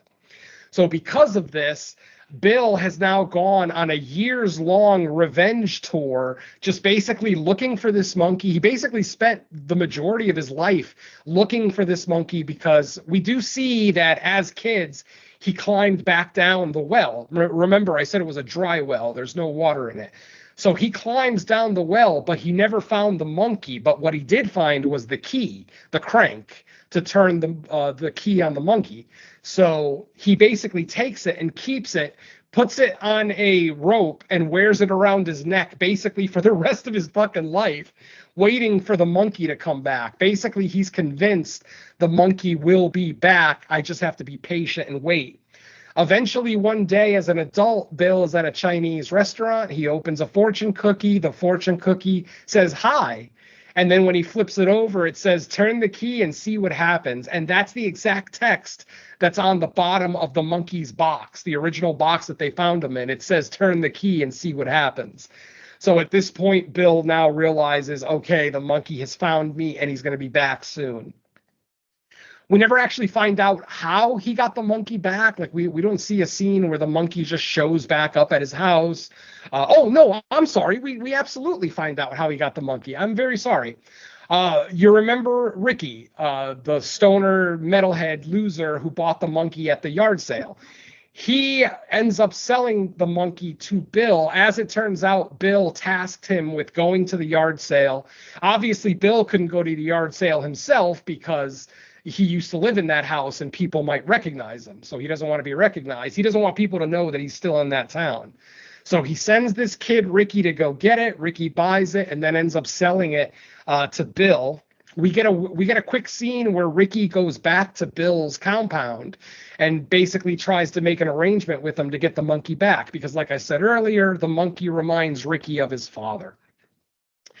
Anyway, let's skip ahead a little bit. Eventually, Bill ends up calling Hal and letting him know that he wants Petey to come and turn the key. He's been turning the key for however long now, maybe weeks, maybe about a week at least since Aunt Ida died. He's been turning the key. As it turns out, of course, he is responsible for killing his Aunt Ida. He turned the key and Ida was the first one to die. And then literally every day since then, locals have been dying in the most crazy fucking ways, which we've already gone over a few of them. So eventually, basically, Bill is sick of turning the key. He's probably figuring that since the monkey doesn't take requests, that maybe if he gets someone else to turn the key, that it would make Bill a target. So he decides he wants Petey to turn the key. He wants Petey to come to his compound and turn the key over and over and over until Bill is the victim. Which obviously that's never going to happen. It's not like Petey's going to keep turning that key. Eventually, Ricky takes Hal and Petey at gunpoint to Bill's compound, which is an old factory that was shut down there in the town in Maine. Basically, Ricky, dressed as a police officer with a pistol and everything, basically tells Hal and Petey that he wants Petey to crawl into a doggy door in the back of the compound and get the monkey doll. Ricky is so fucking obsessed with this monkey doll. He doesn't even know why he's obsessed with it because he doesn't know what the monkey does. He just knows that the monkey reminds him of his father, which, whatever, doesn't really make sense, but okay. So what ends up happening is Petey goes into the compound. He gets into the doggy door. He realizes that the place is booby-trapped. He actually sets off one booby trap by accident, obviously, and almost gets hit with an axe. So at that point, he starts walking around the compound a little bit more carefully, looking for booby traps. As he's going up the stairs, he almost steps on another booby trap that has 3 like samurai swords right above where the tripwire is. So as soon as somebody trips the wire, those 3 samurai swords fall blade first down on that person. Of course, Petey notices the tripwire, steps over it, walks into the main room of the compound, sees his Uncle Bill with the doll, basically, and with Bill basically saying, I'm sick of waiting. I'm sick of you, killing other people. Now kill my fucking brother, finally. At that moment, Petey walks in. Now, I guess Hal's been keeping up with Petey and how he looks through pictures, maybe social media. I don't know, because he recognizes Petey instantly, even though Petey doesn't look anything like Hal or Bill. It's not like he's a young version of the twins. He doesn't look like them at all. But he instantly recognizes them as his nephew Petey. He basically tells them, this is my monkey toy. Oh, and by the way, all through the movie, people have been saying, don't call it a toy. And then here's Bill in this scene calling it a fucking toy, breaking his own rule. So yeah, he basically tells Petey, it's just a monkey toy. What could happen? He hands Petey the doll, tells him to turn the key. Mind you, folks, this is like a minute or two after Petey's father told him, whatever you do, don't turn the key on the monkey doll. And Petey didn't even really think about it for too long. He was just like, all right. And he just turns the fucking key after his father told him not to. He ends up turning the key. Now, while this whole conversation was happening between Petey and Uncle Bill, outside, Ricky still has Hal by gunpoint in the car. They notice that there's a giant beehive right in front of the car. They're parked right next to a tree. There's a branch hanging down with the biggest fucking beehive I've ever seen in my life. It freaks them out a little bit, but obviously Ricky's not going anywhere until he gets his doll back, so they end up staying there. And then back inside the compound, suddenly the monkey starts playing its song and banging on the drums. At that exact moment, Ricky starts complaining about how the cop hat is itching his head. So what would a normal human being do? I think they would just take the fucking hat off, right? Nope. Ricky, in his infinite fucking wisdom, decides to scratch the top of his head with the pistol that he's holding in his hand. Mind you, a pistol that he's never fired in his fucking life because it was his father's police revolver. So he's scratching his head with the barrel of the gun, basically saying, God damn, this thing itches. And then the gun goes off. As the monkey is playing the song inside, the gun goes off. So obviously, we're all thinking this dumbass just shot himself in the head. So good, dispatch him that much quicker. But that's not a satisfying death, is it, my friends? No. As it turns out, Ricky did not shoot himself in the head, but the bullet that he accidentally shot went through the front windshield of the car and also hit the beehive. So now we're looking at the beehive. We see a bullet hole in the beehive. Suddenly we see one single bee come out, just one yellow jacket, and he's, kind of chilling. Suddenly the monkey does, what he always does. He brings down his hand for that one final drum hit. Suddenly the entirety of the beehive comes flying out of the bullet hole, through the bullet hole on the windshield, and right into Ricky's mouth. Like, not a one of the bees paid any attention to Hal in the driver's seat. Literally, they all flew into Ricky's mouth. Now, a little bit of a continuity error here. Ricky fires this gun 7 times in this scene, yet it's a 6-shooter. It's a standard issue police revolver, with the 6-chamber barrel. He shoots it once when he's scratching his head, and then while he's being attacked by the bees, he shoots it 6 more times. So he had a magic gun with 7 bullets in it instead of 6. But again, minor error. I didn't even notice it until the 3rd watch today. I'm like, I counted the bullet shots, and I'm like, wait, that gun doesn't have 7 bullets. What the fuck? But again, minor issue, no big deal. The bees all fly into Ricky's mouth. And suddenly he passes out, but then we see the bees individually start coming out of the pores in Ricky's face. Like they're basically breaking through the skin, very similar to the roach segment from the original Creep Show with E.G. Marshall, when the roaches kind of came through his skin. But this one is way more gory because as the bees start burrowing their way through Ricky's face, his jaw gets disconnected and just falls off of his head. Fucking, it's a great effect. Again, it's probably CG. If it is practical, then it's at least enhanced with CG, but it still looks good, so I'm not going to complain about it. At this point, Hal runs into the compound, tries to go through the doggy door, but doesn't fit. Luckily, at the exact moment that he's walking up to the door, Petey tells tells Bill that he's not going to turn the key on the monkey anymore. He's like, no, I'm not doing that anymore. Bill takes the monkey from him, slaps Petey across the face, knocking him down to the ground. At that moment, Petey gets up and tries to leave, gets to the front door just as his dad is trying to get through the doggy door. He tells Petey to open the door for him. They go back inside. Now, while this is happening, and this is fucking awesome, my friends, Bill starts arguing with the monkey, literally starts yelling at him, saying, I'm fucking sick of waiting. Kill my stupid fucking brother. To the point where he grabs the monkey's arm and tries to force it down so that the drumstick hits the drum. But the monkey is so fucking strong that he's not allowing it. Like, and you could see the strain on Bill's face, and he's like, what the fuck is wrong with this monkey? Eventually, the monkey flips his arm and literally throws Bill across the goddamn room. Mind you, folks, this is a toy monkey. Maybe, 10 to 12 inches tall, maybe 6-7 inches wide. And it literally threw a human being across the room. So I thought that was kind of funny.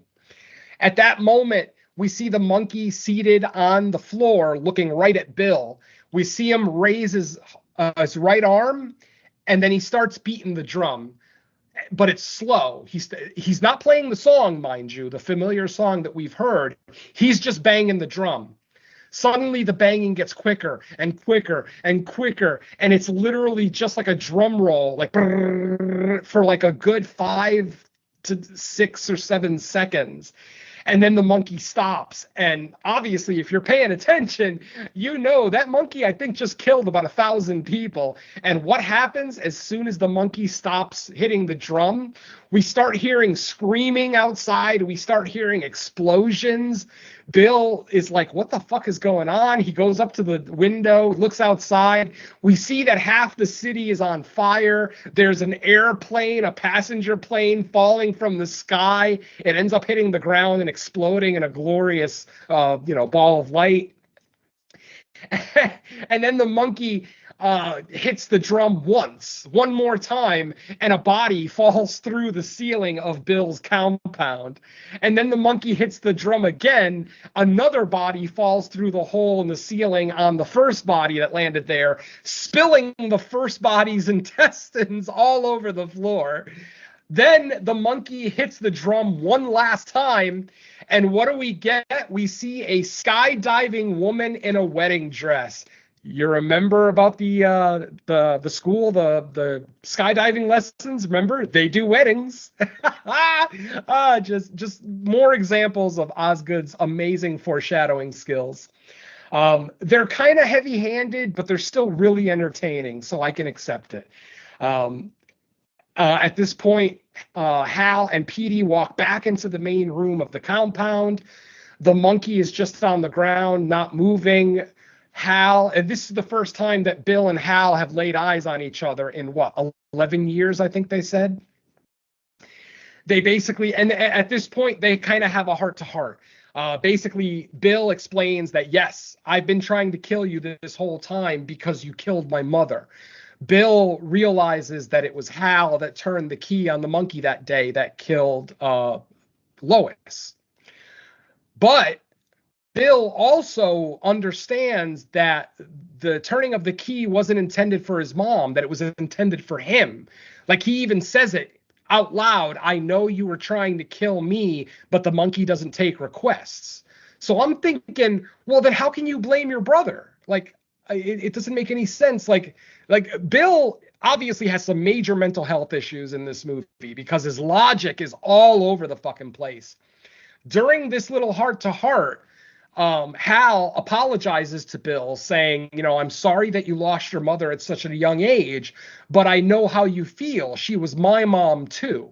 And then suddenly you see like the expression on Bill's face change, and he's like, oh yeah, you are my brother. I didn't think about that. Like, literally, this guy has been plotting revenge against his brother without realizing that he lost his mom too, you fucking idiot. So this is one of the minor issues I have with the movie, the motivation of Bill.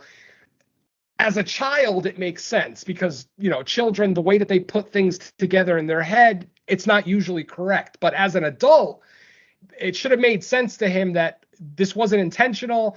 Hal was trying to kill Bill, and for very good reason, because Bill was just the worst fucking brother ever. I mean, short of like molesting his younger brother, he was an absolute piece of shit all through their childhood. So I think Bill understood why Hal wanted to kill him. But obviously, because the monkey decided to take Lois instead, that's where Bill came up with his plan for revenge. But then they kind of make amends. They kind of decide, okay, we've never really been brothers our whole life, but now it's a chance to start over. Let's be brothers. In the back of my head, I'm thinking, you're really going to be a brother with this guy? This guy's responsible for about 1,000 people's deaths. Like, obviously, no court in the world is going to convict them, because what are you going to do? Bring the monkey into the courtroom and prove that it kills people? Not likely.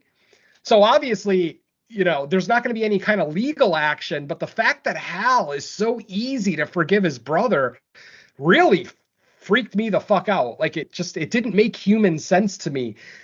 Literally, Bill has been the worst human being to you your whole life.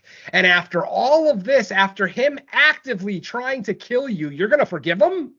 So it kind of made me not like Hal very much by the end. He's a little too wishy-washy for me. No real conviction, but I'll leave it alone. Anyway, as Bill and Hal shake hands, they bury the hatchet. They start talking about how Hal and Petey are on a father-son road trip, and that Bill should come with them since he has no reason to stay here in Maine anymore. There's no family left. No more plot for revenge. He basically invites Bill to go on the road trip with him. Bill says, yes, okay, I'd like that. Let's go. At that exact moment, the monkey brings the drumstick down one last time. And then suddenly we see another Final Destination style kill, like the very first one in the movie, where we see something trip the samurai sword trap. The swords fall. The shaking, the vibration of the swords falling, loosen a bowling ball that was being stored up on a high shelf. The bowling ball falls into a cannon. Yes, my friends, a fucking cannon. Why does Bill have a cannon in his fucking compound? I don't know. And I'm not going to try to speculate why. The bowling ball falls into the cannon. The cannon goes off and just takes Bill's head off completely. And when we see Bill's headless body standing there for like a minute with like blood spurting out of the neck hole. When we finally get the shot of the bowling ball and his head, it turns out to be Lois's bowling ball. And what's funny about this is because earlier in the film, Hal, when they were kids, Hal fantasized about killing his brother with Lois's bowling ball. So it's like Hal kind of got his wish just 25 years later. And we see his head behind the bowling ball just plastered up against the wall. We see one eyeball just kind of fall to the floor. Like it's just a great little effect. It's really cool. So at this point, Hal and Petey leave. It's now the next morning. The sun has come up, and we see that the town is in chaos. There's fires. We see a woman with a stroller running, and the stroller is on fire. Which that's fucked up, but it made me laugh because I'm sitting there thinking, you do know that you're fueling the fire by running, right? You understand how oxygen works? So she's literally killing her own child even faster by running with the bassinet on fire. So I found that kind of funny. We see like a tractor on fire kind of rolling by itself. And then we see something that, from what I've read online, has actually confused a lot of people. What we see is a ghost. We see a ghost walk by in front of Hal and Petey's car, and Hal looks right at it and gives kind of a head nod. Were you guys able to figure out what that was? It took me the second viewing to figure it out, but I did figure it out. Did you guys know who that ghost was? Any guesses? I think it was supposed to be representative, like, was it one of like the Horsemen of the Apocalypse? You got it. That was Death, because earlier in the movie, Petey uses the quote, and the quote is, and I'm quoting the Book of Revelations book, chapter 6, or 6 through 8, Revelations 6 through 8. And I looked, and behold, a pale horse, and its rider's name was Death. And Hades followed him, and they were given authority over a fourth of the earth to kill with sword and with famine and with pestilence and by wild beasts of the earth. Now, if you guys were paying attention, Hal actually uses part of this quote earlier in the movie. So when you see this ghost, he's riding a white horse, and he's got black eyes. Yes, my friends, that is Death, one of the four horsemen of the apocalypse. And when we see Petey kind of nod to it, I think, or not Petey, excuse me, when we see Hal nod to it, my interpretation of that is that that's Hal accepting that death is a part of life. Like all through Hal's life, he's been trying to avoid death. He's been trying to avoid the monkey. He's been trying to avoid his son, to try to keep his son safe from the monkey, blah, blah, blah. But I think now when he nods to death, he's accepting that death is a part of life. Because then we even get a flashback of Lois saying that death is a part of life. And that's it. You know, you have to accept it. So like I said, there is Hal accepting that death is a part of life. After the ghost kind of walks by on the horse, after he strolls by, Hal and Petey take off when the street light turns green. And then we get what is potentially my favorite final frame of the last few years, my friends. What we see is a bus of cheerleaders, a school bus, a yellow bus full of cheerleaders drive by. The cheerleaders are all sticking their upper bodies out of the windows of the bus so that we can see that they've all got pom-poms and they're all cheering. Suddenly, a fucking semi-truck drives by, decapitating all of them in one fell swoop.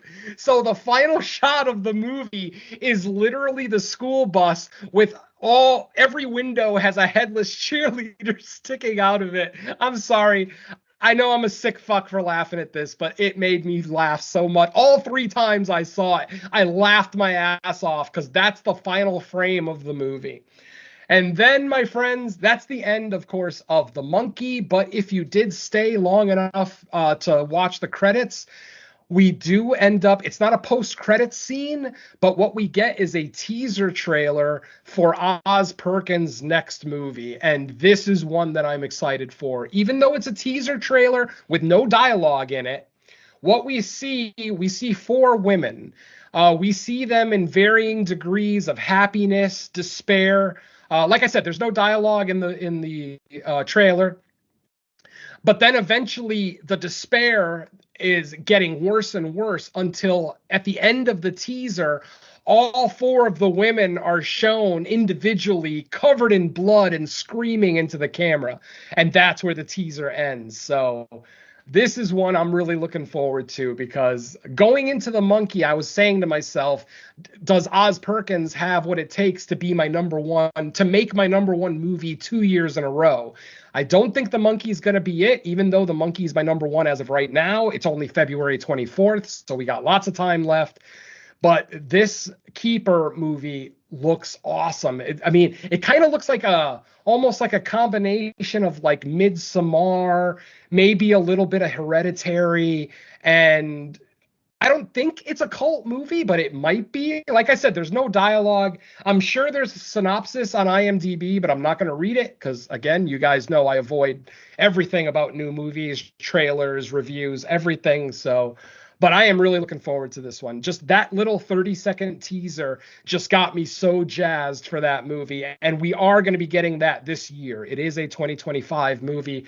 I believe it's coming this summer. I don't know the exact date, but it's sometime this summer. I believe we're getting that one. And that's it, folks. Midsummer? That is... Huh? Ah, Midsummer! Dick. It's a safe bet. It's a guess, but Yeah. I mean, if it was Aster, I would say definitely, but it's probably still a safe bet. I mean, like I said, it looks like it might be a cult movie. It might be a Cabin in the Woods movie. It might be a captivity. It could be a captivity movie too. That kind of, it does look like it has elements of captivity in there. So I don't know. yeah, I'm gonna avoid ambiguous on purpose. Oh, yeah, exactly. But, I mean, those are usually the best trailers. Like, I don't even mind that I saw this teaser. Like, you know, you guys know I don't watch trailers, but this thing gives nothing away. And it just, there's this sense of dread all through the trailer. Even at the beginning of the trailer, when the women are all happy and smiling, there's this weird sense of dread, just like Longlegs. Longlegs had that sense of dread from beginning to end in that film, and I'm hoping that Keeper kind of emulates that as well, because that would make it a candidate to be my number one of the year. Yeah, I ended up with 3 neon produced trailers, and they all look super interesting to me, so I'm like hyped. I had my earbuds in all 3 times. You know that. I always bring my AirPods with me when I go to the theater. And I'll put on like the loudest music I have on my phone, either it's like some cattle decapitation or something like that, just to drown out the trailers. So yeah. I mean, there might have been 3 neon trailers at my screening too, but I couldn't tell you since I never looked up. I looked up once and the Novocaine trailer was playing, but that's not horror, so I don't care. Oh, I got a trailer for that too. I'm actually mildly interested in that, even though I complained about Jack Quinn in Hard Eyes. This is a heroic role, so I'm hoping it'll work a little bit better for him, at least in my eyes. And plus, I like stupid action movies, so I'm looking forward to it. Do you ever try to time it where you're just not there for trailers? It's hard to time it, though, because you can't always tell. Is it going to be 20 minutes of trailers? Is it going to be 30 minutes of trailers? Because it varies. There's no standard. Like, if you go to see a Marvel movie, it's like 40 minutes of trailers. Like, I'm not kidding. It's over half an hour. And then if you go, sometimes you might go see like an indie movie that only has 1 trailer before it, you know? So no, I'm happy just bringing my AirPods. Do you just do this for with me. horror trailers specifically, or like if you're seeing like Yes. an MCU movie, you don't care that you see like MCU trailers for other ones? Oh, okay. Yeah, I don't review MCU movies, so I don't care if anything is spoiled for me in the trailer. With horror movies, I want to go in as just blind as possible. I don't want to know shit about it. And like I said, when we reviewed Companion, I was incredibly happy that I didn't watch the trailer for Companion, because the first time that Jack Quaid's character says, "Iris, go to sleep," it was like a holy shit moment for me. You know, like I said, I just wasn't expecting it. It was awesome. So yeah, I'm going to continue to not watch trailers for the rest of my life. I thought the dialogue pretty much made it clear, but you probably had an idea already going in, though, because I don't think the dialogue made it clear. I watched the movie 3 times. They're very ambiguous. Like that whole conversation between Iris and Kat, where Kat's talking about, "I feel like I'm being replaced." Like, that's the closest thing that comes to maybe giving it away. But the first time you watch the movie, you're not, at least I wasn't thinking that she was synthetic. I was thinking that she's the new girl. She's with Jack Quaid now. Kat was with her before, so she's the replacement. That's how I took it. So, yeah, I mean, like I said, from my experience, I had no fucking idea that Iris was a droid. So when it happened, it was a total holy shit moment. And there's no way I would have had that moment had I watched the trailer. So even if that only happens once every 50 movies, it's still worth not watching trailers for me.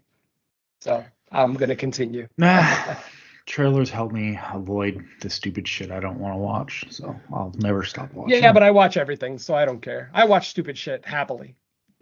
I might complain about it when it's over, but I mean, I'm not exaggerating, folks. I'm at the theater every single weekend, and if there's no horror movie, like I watched Captain America last week, since there was no new horror movie opening. I'm not sure what the coming weeks have for us, but yeah, I go every weekend. Like I said, I have AMC A-list. I don't want to waste the passes, so I'll just go see. And plus, my wife works nights, so I have all my nights to myself all week, including weekends. So I got all the time in the world to go to the movies. Yeah. I go usually once a week. But sometimes there's just not shit I want to see. I'd rather just find old shit that I've never seen before. It just depends what kind of mood I'm in, I guess. Well, you got to realize that with me being unemployed for over a year, I try to find any reason to leave the house. Like I'm here too much. You know what I mean? Like Mrs. Venom and I share a car, and she works on site. So it's like I'm 9 times out of 10, I'm stuck at home. So any reason to get the fuck out of the house, I'll take it. What did I see? I saw that animated cat movie a couple of weeks ago, and that ended up being really good. Yeah, Flow. That movie was actually great. I was really happy with it. Yeah, my kids watched. I watched a little bit of it with them. It seemed pretty good. Nice. Okay. The Monkey. Any closing? I mean, I thought it was a blast. Super fun. Probably will re-watch it when it gets VOD'd. I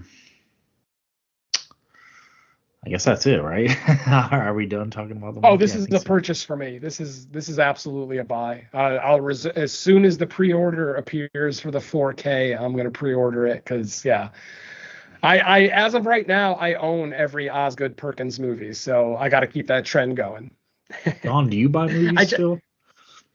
4Ks, yeah. Oh, Don, sorry. Don, yeah. For me, my only purchasing power comes from Black Friday, unless I get screeners for free. Once Wellgo stopped doing that and they started giving me online screeners, it's kind of cut down a little. But my finances are such that my only hope is save up a bunch of money and then just go crazy Black Friday. Yeah, I kind of noticed. So like I've started buying movies again in 4K, but I really don't buy new movies. I don't know why, but like no matter how much I like a movie, it's very rare I'll buy a movie based off like one watch, even if I really really like it. I just look over at the rack of movies I've built up since 4K, and I'm like, these are all movies I've watched like lots of times over the years. So yeah, I don't make a conscious decision not to do it. I just think, I don't know. I think there's getting something. hungry, Mike. Can we save this for Friday? No. I'll talk and say what I want to say. But that's pretty much all I really had to say about it. Anyway, so yeah, that's it, I think, for the Monkey. What else new do we got, Venom? We're not back in the theaters until March 14th for Opus. So we got 2 weeks off from the cinemas. You're asking me, the guy who doesn't watch trailers or read synopses? All I know is it's a horror movie opening AMC. Do you not have the Regal app on your phone? I got the AMC app and it tells me everything coming out until summer. But Opus opens Friday, March 14th. But it is like a wide release. I'll have to look because I haven't even heard of that. Unless I have and I just don't remember the name of it. But like I said, I don't watch trailers, so I couldn't confirm or deny. But I'm looking at the app right now. It's playing. It's not playing. Oh wait, no, it is only playing at a few AMC's. So maybe it is an indie thing. Look it up. I'm sure the trailer's out. It's just called Opus. I know Mr. Holland's Opus, but I guarantee it's not the same movie. Opus. Well, while I'm looking that up, what else new? Not as far as releases, but shows that we have out or you have out. All right. Well, I'm happy to announce that I finally finished up on Creature Comforts episode 35. That has been turned into the network head. It should be uploaded Wednesday morning. So I would imagine as you're hearing this episode, that one will be available.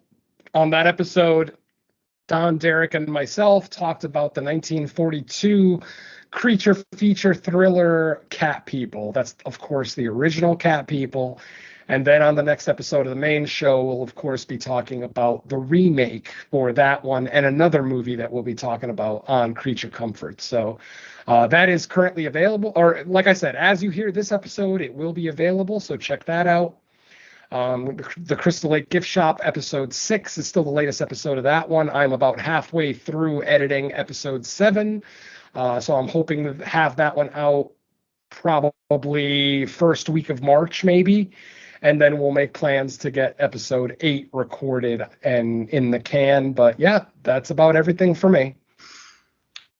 I do have Opus coming March 14th, but do you have The Rule of Jenny Penn coming out on March 7th with John Lithgow? Because that's a horror too.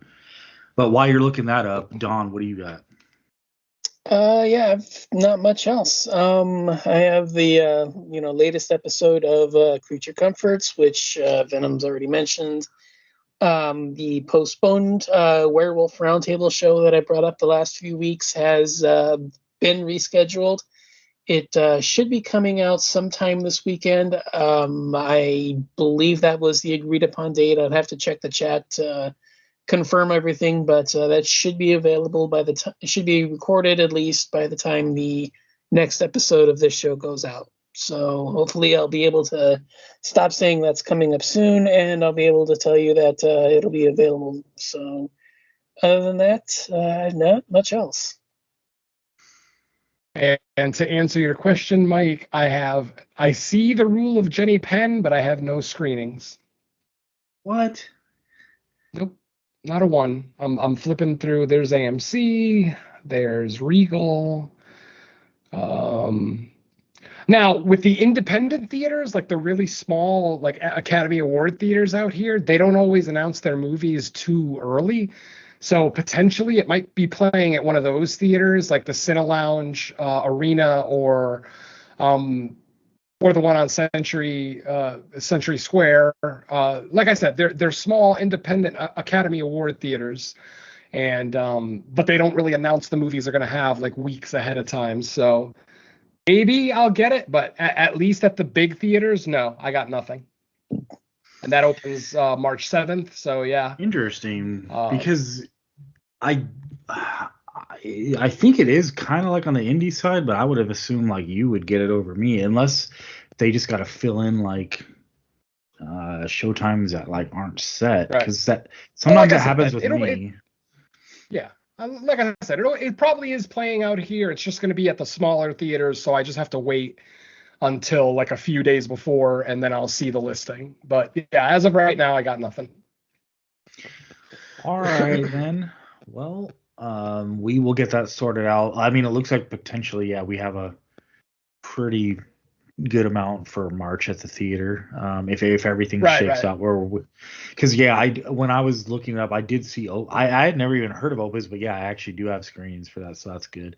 Yeah, we just got to figure out what we're doing for the next episode, because there's nothing coming out this week. I mean, it's going to have to be VOD, obviously, but yeah, we'll figure something out.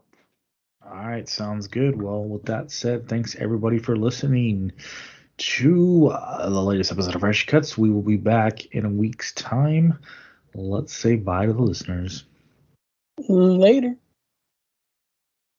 When your father tells you not to turn the monkey key, don't turn the fucking monkey key. Thank you. Peace.